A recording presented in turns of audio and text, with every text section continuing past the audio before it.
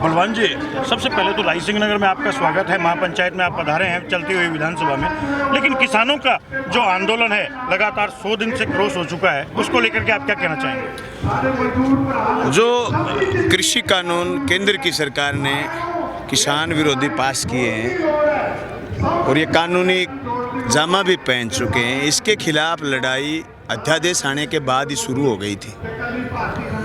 जो देश में समझ पा रहे थे किसान, वो सबसे पहले पंजाब के किसान ने इसको समझा, वहाँ से किसान आंदोलन उठा।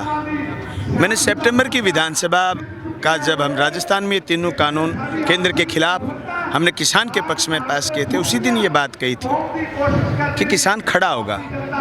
ये केंद्र ने जो कानून पास किए किसान विरोधी हैं, और किसान विरोधी नहीं, ये जन विरोधी हैं।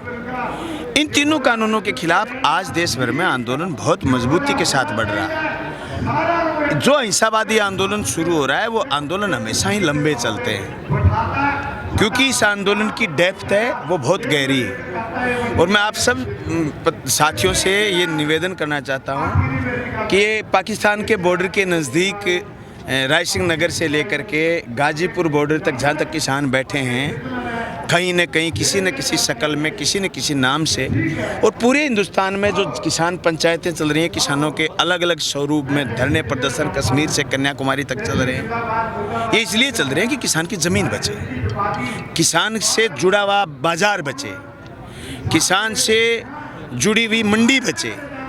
इस आंदोलन को जो विभिन्न रूप दिए गए, जिस तरीके से खालिस्तानी आतंकवादी पंजाबी, जिस तरीके से मंडियों के दलालों का समर्थक आंदोलन बताया गया, जो उपनाम दिए गए, कटीली तारें बिछाई गई, अलग अलग तरीके से बदनाम करने की कोशिश की गई, सारी कोशिशें फेल हो जाएंगी और केंद्र की सरकार को तीनों काले कानून वापस लेने पड़ेंगे। बलवान जी, आखिरी सवाल आपसे कि कृषि कानूनों के साथ साथ पेट्रोल, डीजल और गैस के दाम भी आसमान छू रहे हैं, कि सरकार किसी तरह से बात करने को केंद्र सरकार तैयार ही नहीं है। इतना बड़ा बहुमत है केंद्र के पास और इतना बड़ा अहंकार है, वो ये समझ रहे हैं कि हम किसी न किसी प्रतिरोध को कैसे दबा सकते हैं। एक चीज़ छोटी सी समझने की ज़रूरत है कि देश में सबसे बड़ा अगर कोई तबका आज भी है तो वो है किसान। किसान है देश में 58%, और किसान का खेत में जाने के बाद जब प्रतिशत निकालते हैं तो 65% लोग खेती और मजदूर हैं। अभी इस आंदोलन को सिर्फ किसान लड़ रहा है, खेती और मजदूर इसमें भी नहीं है। डीजल, पेट्रोल, गैस, ये आम उपभोक्ता की चीज़ें, आम आदमी के पास ना तो इतना टाइम है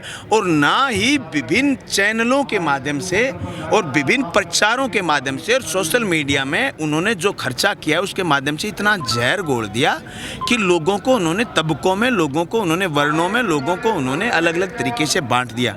उसे निश्चित तौर से जन आंदोलन टूटे हैं।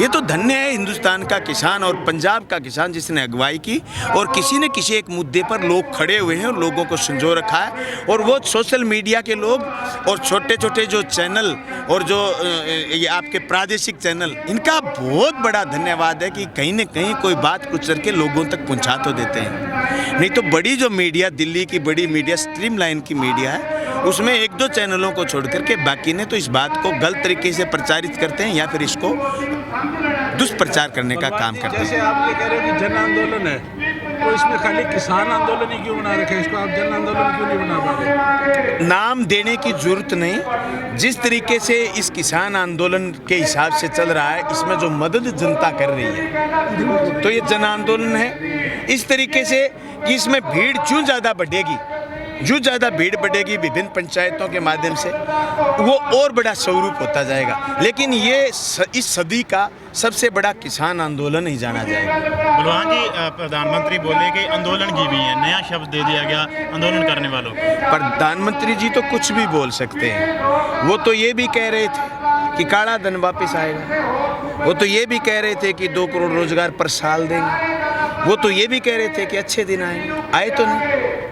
वो आंदोलन जीवी का नाम करके एक बड़ी बात और कही, सिर्फ आंदोलन जीवी नहीं, उन्होंने ये भी कहा बड़ा किसान, छोटा किसान, बड़ा किसान, छोटा किसान, यानी वो किसानों को भी आपस में बांटने का प्रयास करें। वो तो हर वो चीज़ कहेंगे जो जनता के खिलाफ है, किसान के खिलाफ है। वो अपने कानूनों को लागू करने के लिए अंडामेंट हैं, डटे हुए हैं। और किसान और संयुक्त मोर्चा और विभिन्न किसान संगठन जो संयुक्त मोर्चा में शामिल है, वो इन आंदोलनों को, इस कानूनों को निरस्त कराने के लिए मजबूती से लड़ रहे हैं।